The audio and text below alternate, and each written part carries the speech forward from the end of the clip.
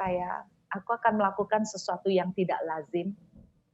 Dan Tuhan berkata begini, jangan terburu-buru menaruh harga mati. Jangan terburu-buru menaruh harga mati pada sebuah keadaan yang sedang terjadi. Saudara tahu harga mati artinya sudah tidak bisa ditawar. Harga mati artinya sudah tidak bisa berubah. Tapi jam 4 tadi Tuhan bicara, aku akan melakukan sesuatu yang tidak lazim, yang melampaui bahkan hukum alam sekalipun. Karena itu jangan terburu-buru menaruh harga mati pada sebuah keadaan. Saya diingatkan Tuhan, ada 2 cerita yang saya ingin bagikan kepada saudara malam hari ini. Cerita yang pertama diambil dari kitab Bilangan, pasal yang ke-27.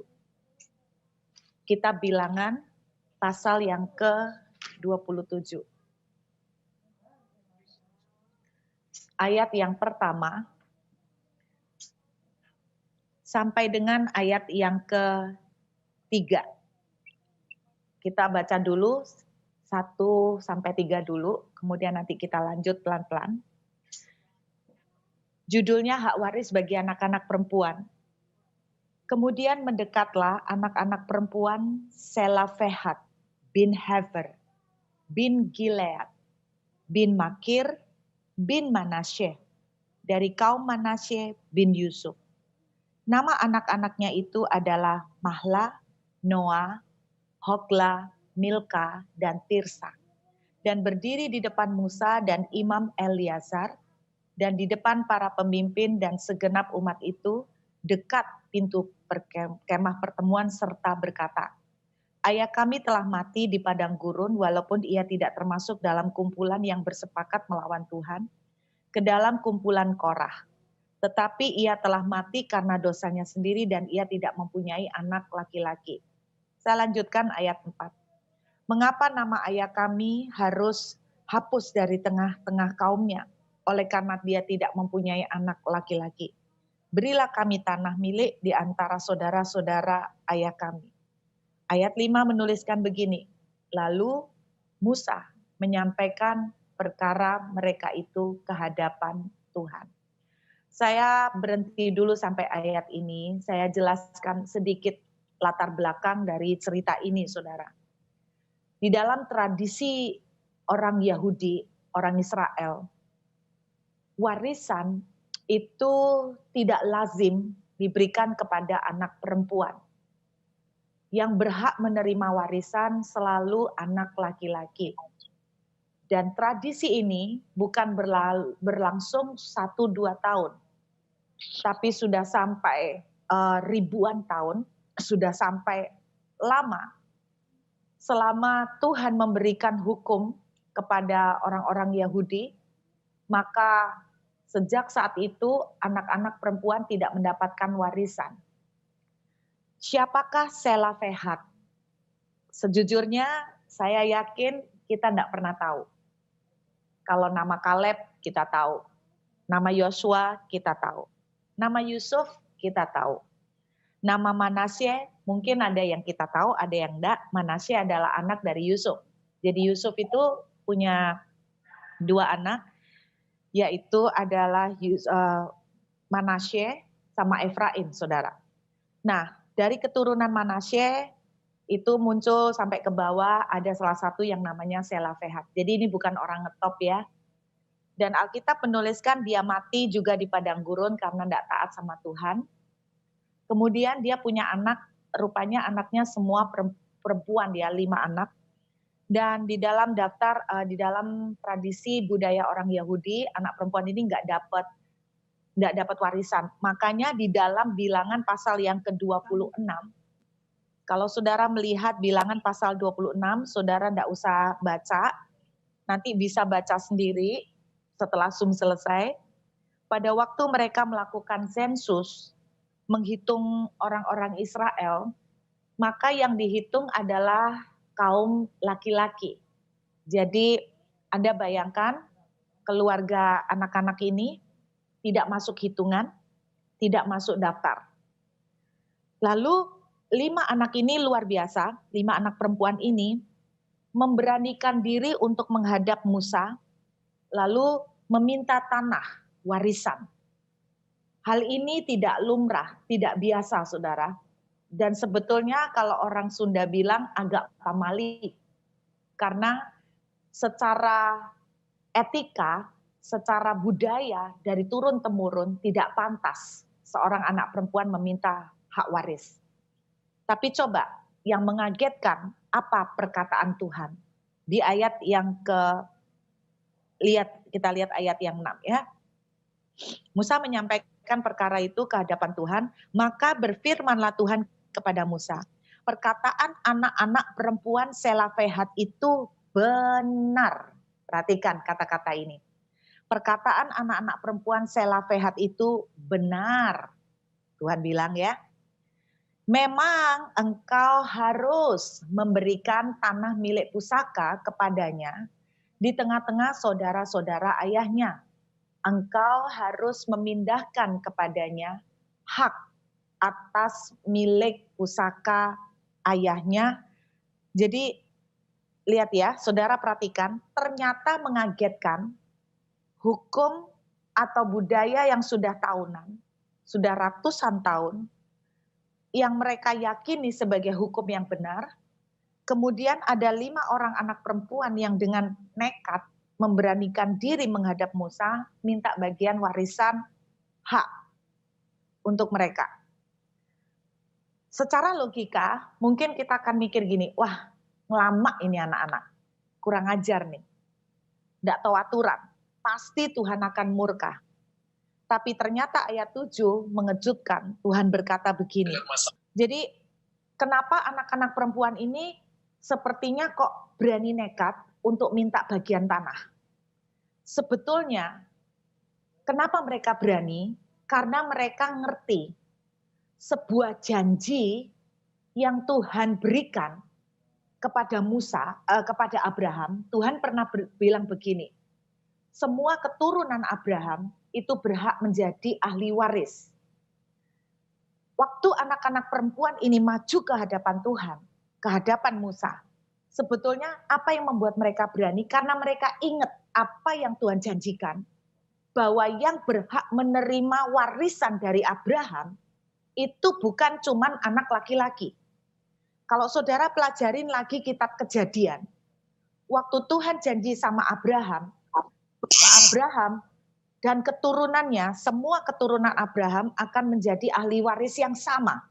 Tuhan tidak pernah bilang, Abraham, cuman anak-anakmu perempuan yang menjadi ahli waris. Cuma anakmu laki-laki yang menjadi ahli waris. Tuhan tidak pernah ngomong begitu. Tuhan ngomong semua keturunan Abraham itulah adalah ahli waris. Jadi anak-anak perempuan ini sebetulnya mereka itu ingat dengan perjanjian yang Tuhan berikan kepada Abraham pertama kali. Mereka ingat perjanjian Tuhan kepada nenek moyangnya. Dan mereka istilahnya begini, mereka mengklaim apa yang Tuhan sudah janjikan.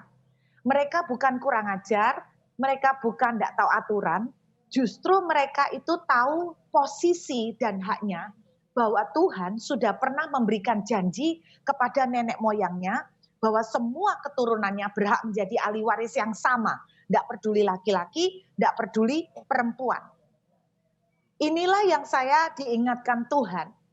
Seringkali keadaan membuat kita itu lupa. Seringkali apa yang ada di depan mata kita membuat kita itu lupa. Dan kita itu mulai goyah, padahal Tuhan sudah pernah memberikan janji kepada saudara-saudara.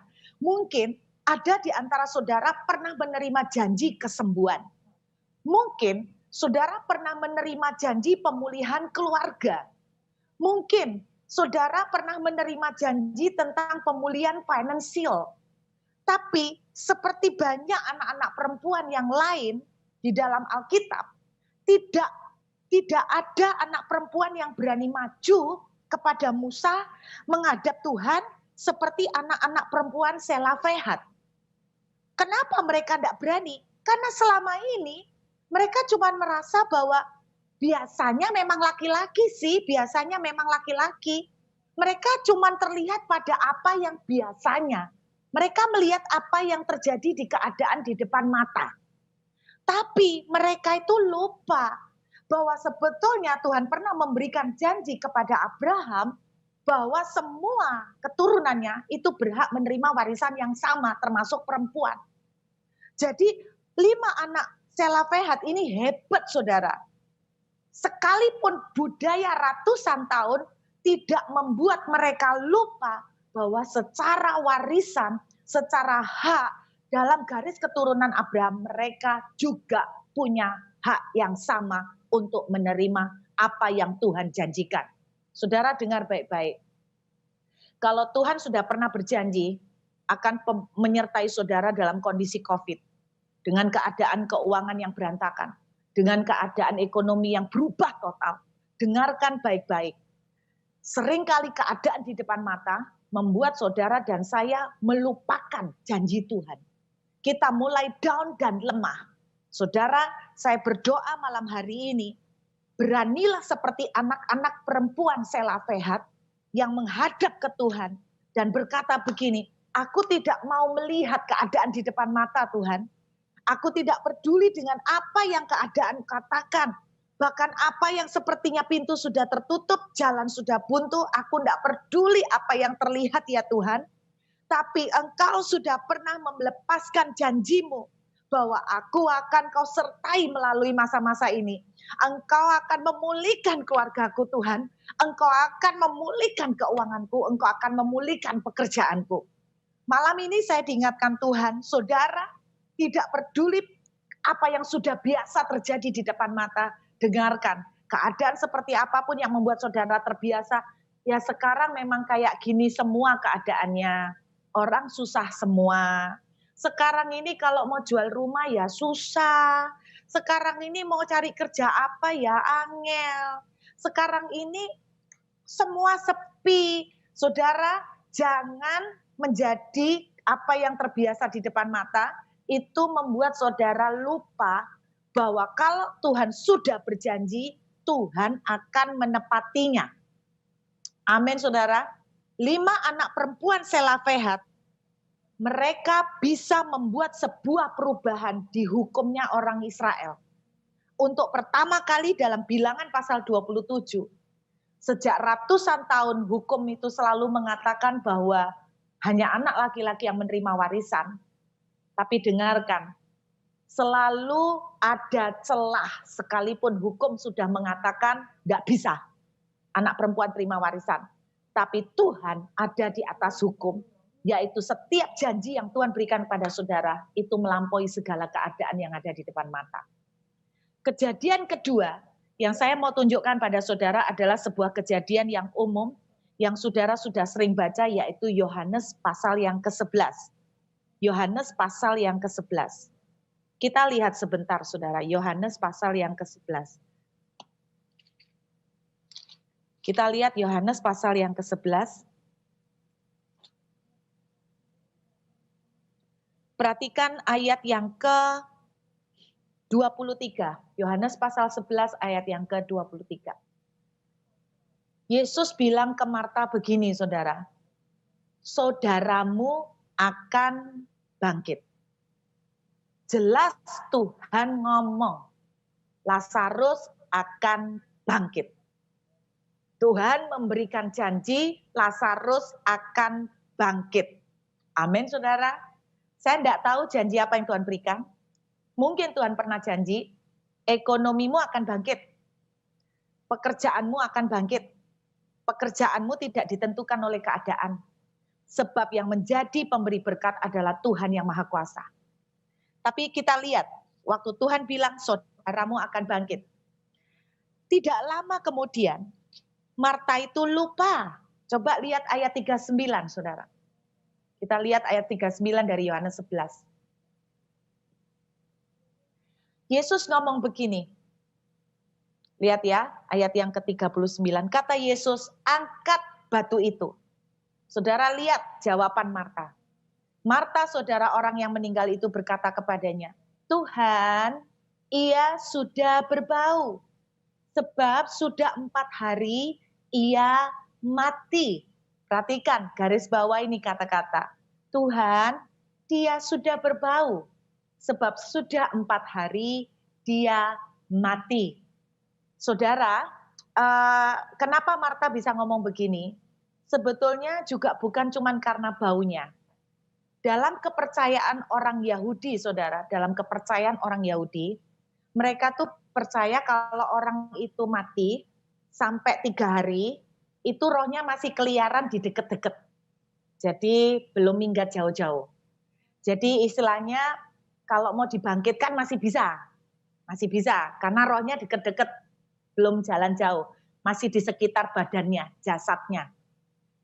Tapi kalau sudah melewati 3 hari, mereka tuh percaya roh itu sudah istilahnya sudah pergi, entah ke neraka atau ke surga, pokoknya roh itu sudah jauh, jadi sudah tidak mungkin dibangkitkan.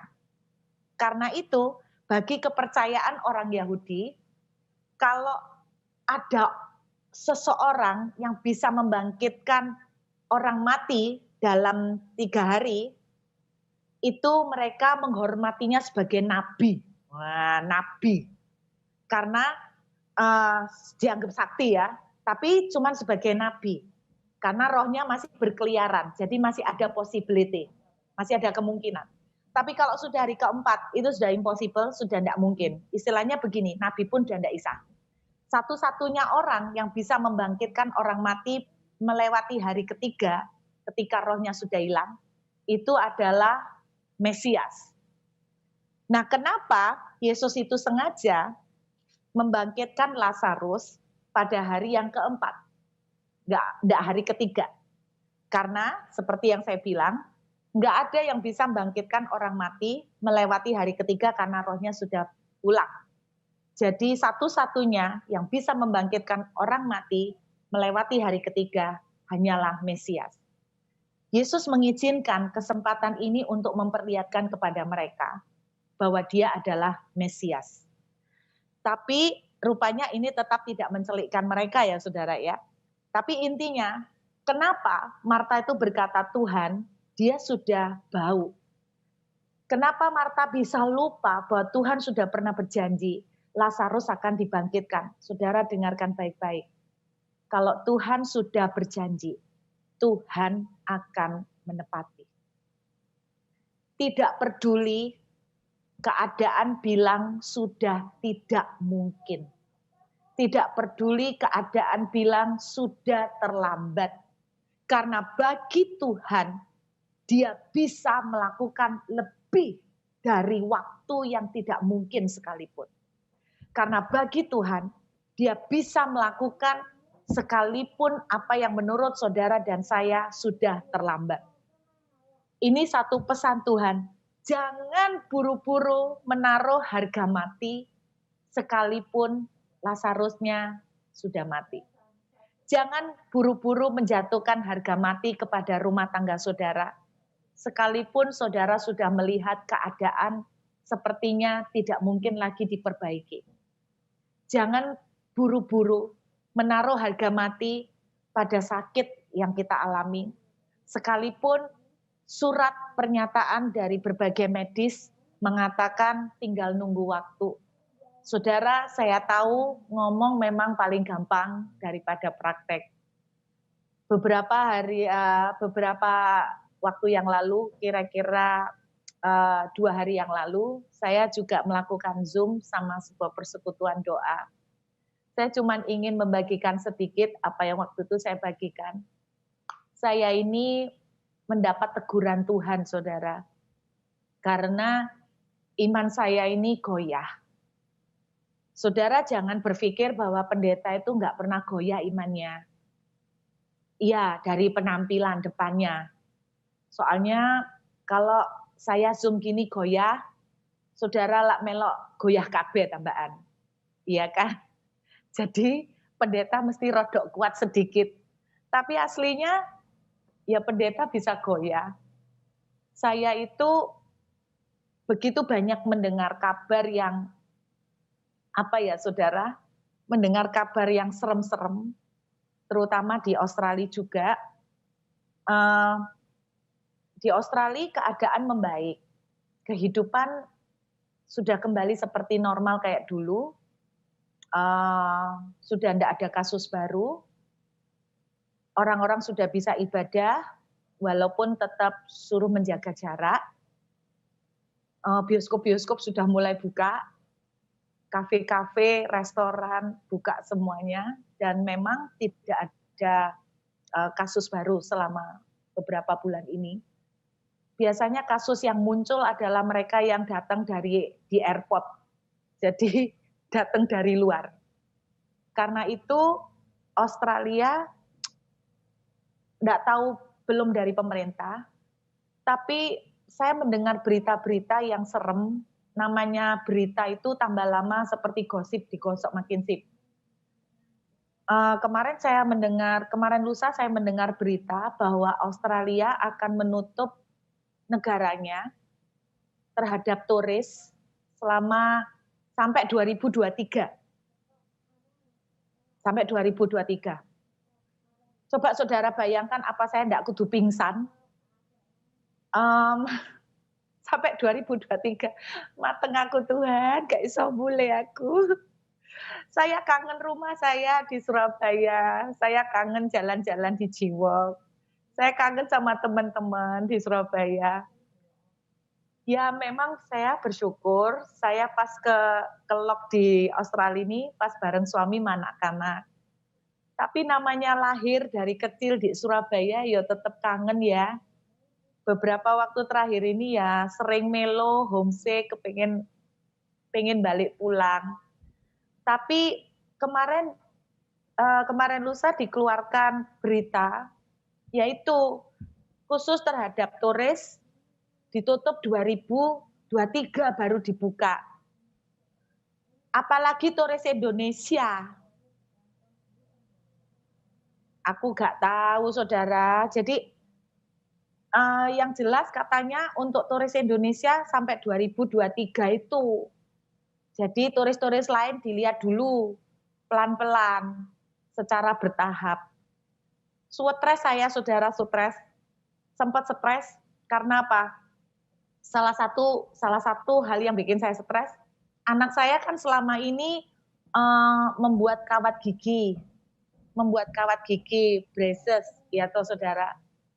Terus kemudian harusnya itu balik ke dokter gigi itu bulan Februari.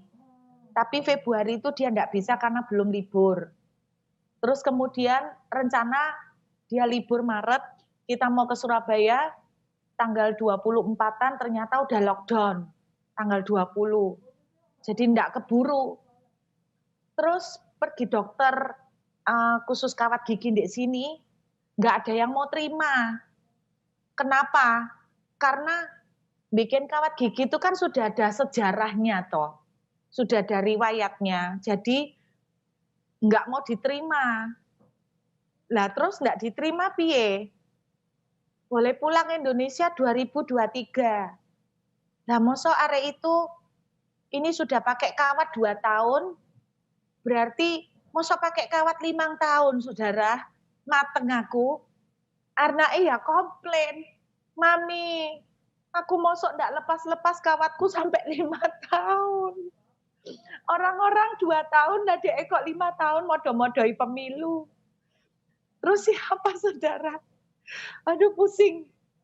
Itu baru soal kecil loh. Begitu banyak hal yang membuat terhalang, yang nggak bisa dikerjain karena nggak bisa pulang. Contoh yang lain, kita punya rekening tabungan, ada BCA, itu kita punya 2, yang satu pakai mobile banking, yang satu pakai klik BCA. Luar biasa, yang pakai mobile banking ternyata nggak sadar karena kesini lupa ngisi pulsa, terus sampai nomornya mati. Nah nomornya mati, mobile bankingnya nggak bisa jalan. Terus saya telepon BCA, ya apa ini nomornya mati, bisa ndak? Tolong tolong tetap ya apa caranya dioperasi no tanpa perlu pakai nomor handphone yang mati. Oh ndak bisa, ibu harus ngurus nomornya dulu. Kalau mau diganti nomor teleponnya, ibu harus ke sini. Dua problemnya gak iso mulai. Bingung. Terus telepon providernya providernya nomor telepon itu, ya apa bisa ndak dihidupkan? Oh butuh surat kuasa bu, oh ndak apa-apa surat kuasa tak kirim no, tak kirim no by email boleh ndak? Oh ndak bisa, harus ada KTP asli sama SIM card-nya. Nah SIM card-nya di sini, KTP aslinya di sini. Iya carane? Waduh mumet saudara. Akhirnya terbuka jalan sedikit. Ada temen yang ngirim no surat ke Indonesia. Tak nunutkan. Nah saudara, ternyata ngirim no surat tok $98. Setara dengan 980.000. Nah coba saudara bayang no, aku ngirim nomor untuk 980.000. Kata nih suamiku ya mending tuku nomor anyar. Jadi kok cik lara ki nomor 980.000. Tapi berhubung nunut, jadi ya untung nunut. Nomornya dihidupkan. Tapi kan harus bawa nomor itu balik ke sini. Nah itu nomornya belum dibalikkan ke sini karena masih ngecek harga. harga transportnya ke sini. Aduh, bulet saudara, bulet. Terus nomor yang satu lagi, nomor rekening yang satu lagi itu enggak pakai mobile banking tapi pakai klik. Nah, ternyata alat kliknya itu tokennya itu kan baterai ya, saudara. Itu baterainya tinggal satu, untup-untup lagi. Saudara, mungkin karena kena dingin, baterainya cepat drop. Wah, sempurna kan? Sempurna. Siapa yang pernah menyangka saya bakal di lockdown? Lalek sampai 2023. Terus jukuk duitnya ya apa toh saudara? Ngambil duitnya piye toh iki aku Tuhan? Piye ngambil duitnya? Jadi dua-duaan kelok. Terus kemudian saya telepon BCA, Bu, ini kalau menghidupkan baterai bisa enggak dari sana? Saya di sini. Dia bilang, enggak bisa Bu, Ibu harus ke cabang, nanti tokennya ditukar sama yang baru baterainya. Loh masalahnya gak iso mulih. Ya, kelok. Haleluya, saudara. Jadi saya benar-benar di Sungai Kerit ini, saudara. Seperti sulit untuk kontak dengan dunia luar. Saudara, secara logika, apa yang di depan mata seperti jalan buntu semua. Tapi ini ada sebuah kesaksian sederhana, saudara. Kemarin, intinya hari persis tanggal 4, tanggal 3, saudara. Tanggal 3. Saya itu harus membayar uang sekolah. Saya harus membayar uang sekolah cicilan. Dan itu nilainya cukup besar. Sekali lagi, saya tidak punya akses untuk ambil uang, karena uang semua saya taruh ke sana. Saudara, saya ngomong gini, Tuhan, besok tuh deadline bayar uang sekolah. Iki piye carane toh Tuhan, ya apa? Wes seperti kelok semua, saudara. Aku kan tidak mungkin pinjem orang duit toh ya. Nanti aku pinjem duit ya, nanti 2023 lek mulai tak balik. No. Terus gak mungkin lah saudara. Ngisi-ngisi nih. Saudara tuh saya cuma berdoa, Tuhan, aku ini butuh duit untuk bayar. Tuhan tolong Tuhan. Iki piye toh Tuhan. Ingat saudara, Tuhan itu sudah janji gini. Kalau Tuhan sudah janji akan menyertai, sebelum saya membawa anak-anak saya ke sekolah di Perth, Tuhan sudah berjanji, aku akan memelihara kamu dan anak-anakmu. Tiba-tiba, pintu diketuk orang, pintu di depan diketik orang, ketukannya keras. Terus buka, seorang jemaat, dia bilang gini, Ibu pendeta, saya ini tadi sudah di kasur. Saya tiba-tiba dengar Tuhan bicara. Ganti baju, pergi ke rumahnya Ibu Ruth. Tuhan, iki wis malam, jam 9, saudara. Orang di sini tuh sungkan bertamu malam-malam. Tuhan, ini wis malam, ndak enak. Besok ayo, ndak bisa besok, harus sekarang. Kamu ganti baju, pergi ke rumahnya Ibu Ruth, masukkan uang, jumlahnya sekian ke dalam amplop, kasihkan Ibu Ruth. Jadi jam 9 lebih, pintu diketuk, saya kaget siapa malam-malam datang, terus kemudian dia kasihkan amplop, saya bilang, loh kenapa kamu kasih ini? Nggak tahu Bu Pendeta, katanya Tuhan suruh sekarang. Maaf ya Bu Pendeta, aku sampai pakai celana turu, Jeremy, karena aku keburu-buru, Tuhan bilang suruh sekarang, gak usah dandan lama-lama, jadi Tuhan suruh kasih. Saudara, saya tuh dikasih amplop, isinya berkat, itu persis dengan jumlah uang sekolah yang saya butuhkan. Ini loh saudara, saya mau ngomong sama saudara, di depan mata saya tuh seperti buntu semua. Di depan itu saya sudah buntu semua, tapi Tuhan itu sanggup mengatasi sekalipun sistem rekening saya belum punya way out, tapi Tuhan itu sanggup dengan sistem rekening itu, Tuhan selalu punya cara. Tuhan selalu punya cara yang luar biasa. Jadi saya cuma pengen ngomong sama Bapak Ibu malam hari ini, jangan keburu-buru dengan keadaan yang seperti buntu, Anda menaruh harga mati. Kemarin saya cerita di Zoom mengenai kisah tentara Israel mengelilingi tembok Yeriko 13 kali. Saudara, saya tuh baru ngerti loh, ternyata satu kali ngelilingi tembok Yeriko itu, ngelilingi Yeriko itu enggak gede-gede banget. Tapi satu kali ngelilingi Yeriko tuh 1 jam. 1 jam tok loh. Nah, kalau saudara baca di Yosua pasal 6 tentang kisah mengelilingi tembok Yeriko, saudara akan temukan begini. Setiap kali Yosua bilang begini, kalian pokoknya kalau tak perintahkan nurut, saya nyuruh apa lakukan. Terus Yosua pesan gini, jangan ngomong apapun, sepatah kata pun jangan ngomong apapun, katanya Yosua. Jadi ini Yosua bilang gini, hari ini kita akan pergi ke Yeriko. Wah, semua tentaranya bilang, siapa? Jadi kita akan siap perang hari ini? Tidak, kita akan kelilingi. Kita akan muter-muter, katanya gitu. Bayang no ya, kelilingi 1 kali. 1 jam toh. Terus Alkitab menuliskan, habis keliling 1 jam, mereka balik ke tempat perkemahan. Anda bayangkan, ini tentara-tentara pulang, istrinya tanya, Pak, kok cepat? Kok mek sebentar? Wis menang ta? Belum. Lah tadi ngapain? Keliling. Loh keliling apa? Muteri tembok. Loh mek gitu toh? Iya. Bingung. Loh kok disuruh gitu kenapa? Nggak tahu. Pokok instruksinya suruh keliling. Itu hari pertama. Hari kedua, mereka sudah siap dengan pakaian tentara, sudah siap dengan senjata. Pak, kami sudah siap. Ayo, let's go. Sampai di sana, Yosua bilang, putari. Lagi, Pak. Lagi. Jangan ngomong sepatah kata pun. Oke. Oke. Muteri sak jam. Saudara, lek saya jadi tentara, semakin hari muteri tok, ndeloki tembok, tuwa beli yo tembok yo. Saudara kalau tahu tembok Yeriko itu 2 lapis. Lapisan pertama 5 meter. Lapisan kedua 5 meter. Antara lapisan pertama dan lapisan kedua ada gang 3 meter.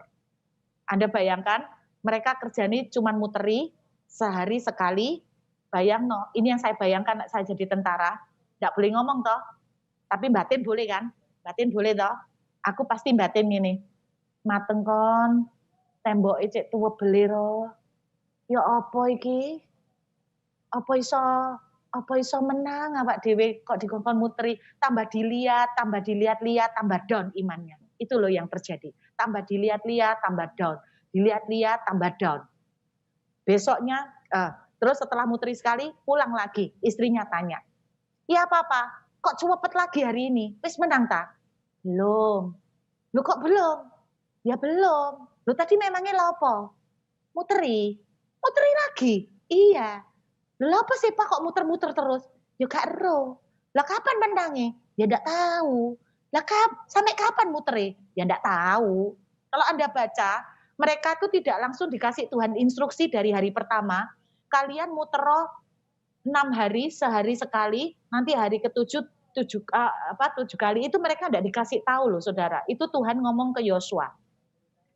Terus kemudian Anda bayangkan sampai hari ketujuh mereka dibilang gini, kita akan turun, hari ini perang ya Pak, seminggu loh Pak. Tidak, kita muteri. Muteri lagi Pak? Iya, tapi hari ini 7 kali ya, jadi 7 jam muteri Yeriko. Anda bayang no 7 jam, ngeliai tembok nggak ada roboh sama sekali. Saudara, pernahkah Anda merasakan, kita ini kayak orang muteri tembok Yeriko kapan menangis? Kita ini seperti muteri janji Tuhan. Kapan ya janji Tuhan kok belum?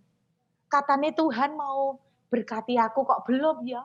Katanya Tuhan mau memulihkan keluargaku kok belum ya? Coba saudara bayangkan kita persis tentara Israel kayak orang bodoh. Tuhan bilang, putri nak, putri meneng. Mungkin orang sudah bodoh-bodohin, mana katanya mau menyerahkan Yeriko. Lah kok sih muter-muter? Iya gak roh, muter terus. Diputeri lagi. Tapi saudara bisa bayangkan, itu persis keadaan kita sedang memutari janji Tuhan, tapi belum pernah terlihat penggenapannya. Tapi Tuhan negur saya gini, kalau Tuhan sudah berjanji menyerahkan Yeriko ke tanganmu, dia akan serahkan. Seandainya orang Israel pada hari ketujuh mereka lelah 7 jam memutari, kemudian mereka berhenti, maka mereka tidak akan melihat tembok Yeriko dirobohkan. Saudara dengarkan baik-baik. Kalau Tuhan sudah berjanji, Tuhan akan tepati. Amin. Kalau Tuhan sudah berjanji pelihara saudara, dia akan pelihara. Kalau Tuhan sudah berjanji akan menyertai anak-anak saudara, Tuhan akan melakukannya. Kalau Tuhan sudah berjanji keluargamu akan dipulihkan, Tuhan akan melakukannya. Tapi Bu, sepertinya tambah lama tambah keras. Sepertinya tambah lama semakin jalan buntu. Sepertinya membusuk Bu. Sepertinya udah berbau. Sudah tidak mungkin Bu. Sepertinya semakin sulit. Muter-muter terus. Sama seperti Tuhan ngomong ke orang Israel pada waktu itu. Muteri lagi nak. Muteri lagi. Tuhan belum roboh juga. Lagi nak, sekali lagi. Belum roboh loh Tuhan. Muteri lagi nak. Belum roboh. Muteri lagi. Sampai kapan? Sampai mujizat betul-betul terjadi. Saudara, ini yang Tuhan pesan pada malam hari ini. Tuhan akan melakukan sesuatu yang di luar normal. Kalau orang sekarang bilang new normal, dengarkan, Tuhan akan melakukan sesuatu bukan new normal, tapi di luar normal. Tuhan akan melakukan sesuatu yang bahkan hukum alam pun sepertinya sulit, tapi Tuhan akan melampaui hukum alam. Mungkin hukum alam berkata sudah busuk, sudah membau, tapi Tuhan mampu melakukan sesuatu yang sudah busuk sekalipun. Rumah tangga yang sudah seperti membusuk sekalipun, tidak ada yang terlalu sulit buat Tuhan. Sekalipun jalan seperti tertutup 100%, seperti mati rasanya, saudara dengarkan baik-baik. Kelilingi lagi. Jangan menyerah, jangan berhenti. Jangan menyerah, jangan berhenti. Pandang janji Tuhan. Jangan seperti Marta yang lupa dengan janji Tuhan. Ingatlah seperti 5 perempuan, anak-anak Selafehat. Mereka ingat akan janji Tuhan. Dan mereka berkata begini, Tuhan, kamu sudah janji bahwa yang menerima warisan bukan cuma anak laki-laki, tapi semua keturunan Abraham. Namanya keturunan Abraham, tidak peduli laki-laki Tuhan, perempuan pun dapat. Lalu Tuhan berkata, benar perkataanku. Benar perkataan perempuan-perempuan ini. Musa berikan kepada mereka tanah. Saudara, ketika Tuhan melihat kita gigih untuk tetap percaya dengan janji Tuhan, sekalipun tidak ada dasar untuk melihat, sekalipun tidak ada dasar untuk berharap. Ketika Tuhan melihat saudara dan saya seperti 5 anak perempuan Selafehat yang berkata, Tuhan aku tidak peduli apa kata tradisi, aku tidak peduli apa kata keputusan government. Saya cuma bilang begini saudara, Tuhan aku tidak mau lihat keputusan pemerintah Australia bahwa Indonesia akan tidak boleh masuk sampai tahun 2023 atau turis-turis tidak boleh masuk sampai tahun 2023. Aku cuma bilang begini, aku percaya Engkau Tuhan bahkan atas segala lembaga apapun. Amin saudara. Tuhan sanggup melakukan bahkan di atas segala budaya yang sudah ratusan tahun diakui dan dipercaya oleh orang Yahudi, oleh orang Israel. Tuhan sanggup melakukan melampaui hukum, melalui tradisi, melalui budaya. Hukum melampaui dari segala apapun Tuhan berkuasa, saudara. Bahkan Tuhan berkuasa melampaui hukum kedokteran. Tuhan berkuasa melampaui hukum medis, saudara. Kalau Tuhan sudah berjanji kamu masuk, masuk. Kalau Tuhan sudah berjanji kamu akan selesaikan, kamu akan selesaikan. Kalau Tuhan sudah berjanji kamu akan lewati ini dengan kemenangan, kamu akan lewati kemenangan. Satu pesan Tuhan malam hari ini, jangan menyerah, saudara. Jangan menyerah. Ambil dan berdirilah seperti 5 anak perempuan Selafehat yang sekalipun di depan mata melihat Lazarus mati, sekalipun di depan mata hukum sudah menuliskan bahwa tidak boleh anak perempuan terima warisan. Tapi saudara hidup bukan karena budaya, saudara bukan hidup berdasarkan keadaan yang terjadi, yang sekarang terjadi. Saudara hidup berdasarkan apa yang keluar dari mulut Tuhan. Kalau Tuhan sudah bicara, Tuhan akan menepatinya, saudara. Saya berdoa malam ini jadilah seperti anak-anak Selafehat. Mereka bukan anak-anak terkenal. Nama mereka pun tidak ada yang terkenal. Tapi dengarkan baik-baik. Mereka tahu apa yang mereka punya. Saudara dan saya, kita punya sesuatu yang jauh melampaui semuanya. Janji Tuhan. Amin. Kalau Tuhan sudah janji, Tuhan akan tepati. Tidak peduli keadaan sudah busuk. Saya berdoa, jangan goyah. Jangan goyah. Kuatkan dan teguhkan hatimu. Seperti tentara orang Israel. Kelilingi, saudara. Belum menang ya, Pak? Belum. Terus ya apa? Kelilingi lagi. Belum menang? Belum. Kelilingi lagi. Wah, bodoh kowe, mosok keliling-keliling. Kapan menangi? Saudara, Tuhan ngomong sama Yosua, suruh mereka diem. Kalau saudara down, goyah, diem mo. Jangan ngomel. Jangan sambat. Jangan ngeluh. Nanti semakin akan panjang perjalanannya. Jadi kalau melihat berita, dengar kabar, peraturan begini-begini, orang memprediksi ekonomi akan hancur, orang memprediksi keadaan akan sulit sampai sekian tahun. Tapi saya mau bilang, anak-anak Tuhan, saudara dan saya, kita hidup punya satu pegangan, yaitu janji Tuhan. Saya berdoa seperti 5 anak Selafehat. Hari ini, keadaan sudah bilang begini, seperti mati rasanya. Saya berdoa kita berdiri seperti Selafehat, anak-anak Selafehat. Biarpun ayahku tidak mempunyai hak anak atas anak laki-laki, tapi dengarkan, aku anaknya Tuhan. Dan Tuhan sudah berjanji, warisan Abraham, kami anak-anak keturunan Abraham. Jangan sampai apa yang di depan mata membutakan kita semua, sehingga iman kita lemah. Di antara semua anak-anak perempuan yang maju meminta warisan, cuman anak-anak perempuan Selafehat. Di kemudian hari ada cerita lagi anak perempuan lain yang juga meminta warisan seperti ini. Yaitu anak-anaknya Kaleb. Anak-anak Kaleb.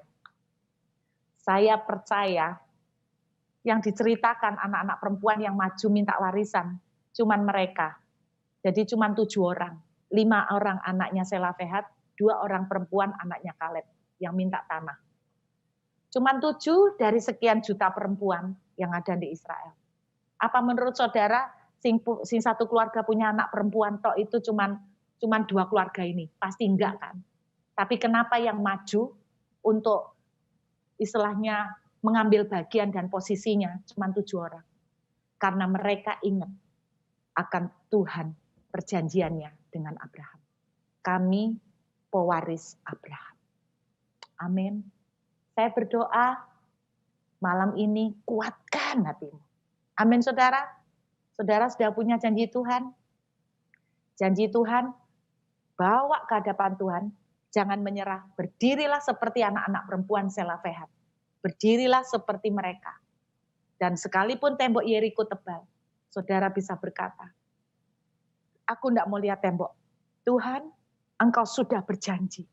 Sama seperti doa Yabes. Kenapa Yabes bisa berdoa seperti itu? Karena Yabes tahu apa yang Tuhan janjikan. Bahwa keturunan Abraham akan diberkati melimpah-limpah. Dan ketika Yabes mengalami kemiskinan, Yabes berdiri dan berkata, Tuhan, aku keturunan Abraham. Dan engkau sudah pernah melakukan perjanjian dengan nenek moyangku Bapak Abraham. Bahwa semua keturunannya akan diberkati.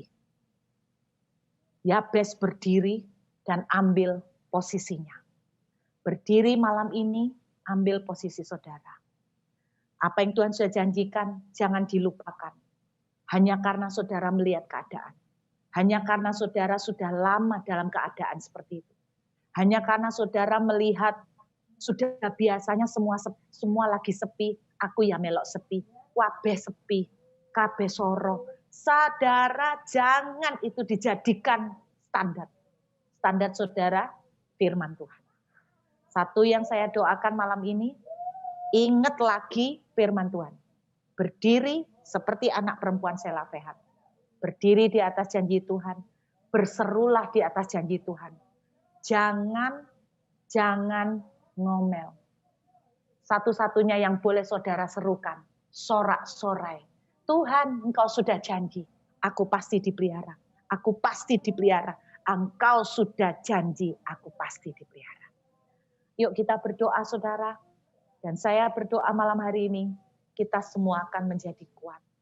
Saya mau tanya beberapa wajah yang tampak di layar saya.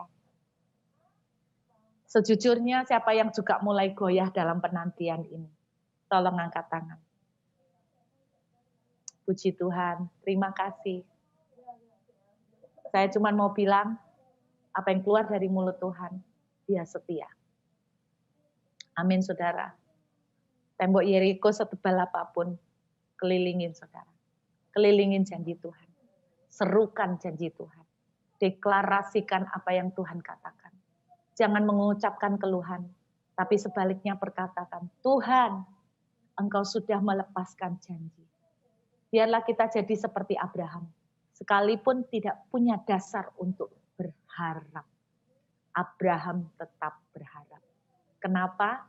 Karena Abraham percaya Tuhan berkuasa melakukan apa yang Dia janjikan. Jadi harapan Abraham cuma satu, janji Tuhan. Apapun keadaannya, saudara tidak pegang keadaan. Saudara harus pegang janji Tuhan. Yuk kita berdoa. Bapa, kami berdoa bersatu hati malam hari ini. Aku berdoa buat semua anak-anakmu yang ikut Zoom, dimanapun mereka ada di rumah mereka masing-masing. Tuhan, mungkin hari-hari ini kami melihat keadaan seperti Lazarus. Seperti tembok Yeriko. Seperti hancur. Seperti tidak ada harapan lagi. Mungkin kami sudah berkata, kami sudah 5 tahun menunggu janji Tuhan. Tapi belum terjadi. Mungkin ada di antara kami yang berkata, kami sudah sekian tahun menunggu. Mungkin di antara kami bahkan ada yang berkata, kami sudah mendengar vonis dokter seperti ini. Kami sudah tidak ada jalan yang lain. Saudara dengarkan baik-baik. Jam 4 tadi Tuhan bicara. Aku akan melakukan sesuatu yang tidak lazim. Sesuatu yang tidak lazim. Sesuatu yang melampaui dari hukum alam sekalipun. Aku akan melakukan sesuatu yang tidak lazim. Tuhan katakan kuatkan dan teguhkan hatimu. Tetaplah teguhkan hatimu untuk pegang janjiku nak. Kelilingi lagi. Tuhan kok belum beroboh, kelilingi lagi. Jangan berhenti, jangan menyerah, don't quit. Jangan berhenti, jangan menyerah. Sorakkan janjiku, sorakkan kemenangan anakku. Saudara, bagian saudara dan saya dalam malam hari ini kita diberi kekuatan. Biarlah kekuatan iman percaya bangkit kembali di dalam kami masing-masing. Tuhan, Engkau melihat setiap air mata anak-anakmu. Engkau melihat tangisan mereka. Dan aku berdoa di dalam nama Yesus, kekuatan iman yang baru terjadi buat kami semua malam hari ini. Bahwa kami boleh berdiri seperti anak-anak perempuan Selafehat, Tuhan. Yang bukan melihat sekalipun tradisi sudah ratusan tahun seperti ini sulit untuk dirubah. Mungkin banyak perempuan-perempuan yang lain berkata, sulit dirubah karena aturannya sudah kayak gini dari zaman nenek moyang. Tuhan, kami mau ingat kembali bahwa ada satu aturan yang jauh lebih besar mengatasi segalanya, yaitu janji-Mu yang Kau sudah lepaskan buat kami. Karena itu biar kami malam ini berdiri Tuhan, di atas dasar janji-Mu, kami percaya Tuhan, Lazarus akan dibangkitkan, kami percaya Tuhan, hak waris itu akan terjadi buat kami. Kami percaya Tuhan, Engkau berkuasa untuk melakukan apa yang Kau janjikan seperti Abraham. Kuatkan iman kami semua malam ini, dan aku katakan di dalam nama Yesus, semua kebimbangan menyingkir dalam nama Yesus, dan aku katakan janji-Mu ya dan amin. Janji-Mu ya dan amin. Langit bumi bisa berlalu, satu titik dari kebenaran firman-Mu tidak akan ada yang goyah Tuhan, tidak akan ada yang gagal. Terima kasih Bapak. Biarlah damai sejahtera, kekuatan, dan api yang membara bangkit kembali di dalam roh anak-anak-Mu, bernyala-nyala untuk tetap berharap. Apa yang keluar dari mulut Tuhan sekalipun sudah sepertinya terlambat, sudah lewat membusuk Tuhan, sudah 4 hari melewati yang tidak mungkin. Tuhan, Engkau mampu mengatasinya. Tuhan, Engkau sudah katakan pada hari ini, Engkau akan melakukan sesuatu yang tidak lazim, apa yang tidak dibayangkan oleh pikiran kami. Karena pikiran kami cuma membayangkan apa yang sudah biasa terjadi. Apa yang tidak pernah termunculkan dalam pikiran kami. Apa yang tidak pernah kami dengar, tidak pernah kami lihat. Itu yang akan terjadi buat kami.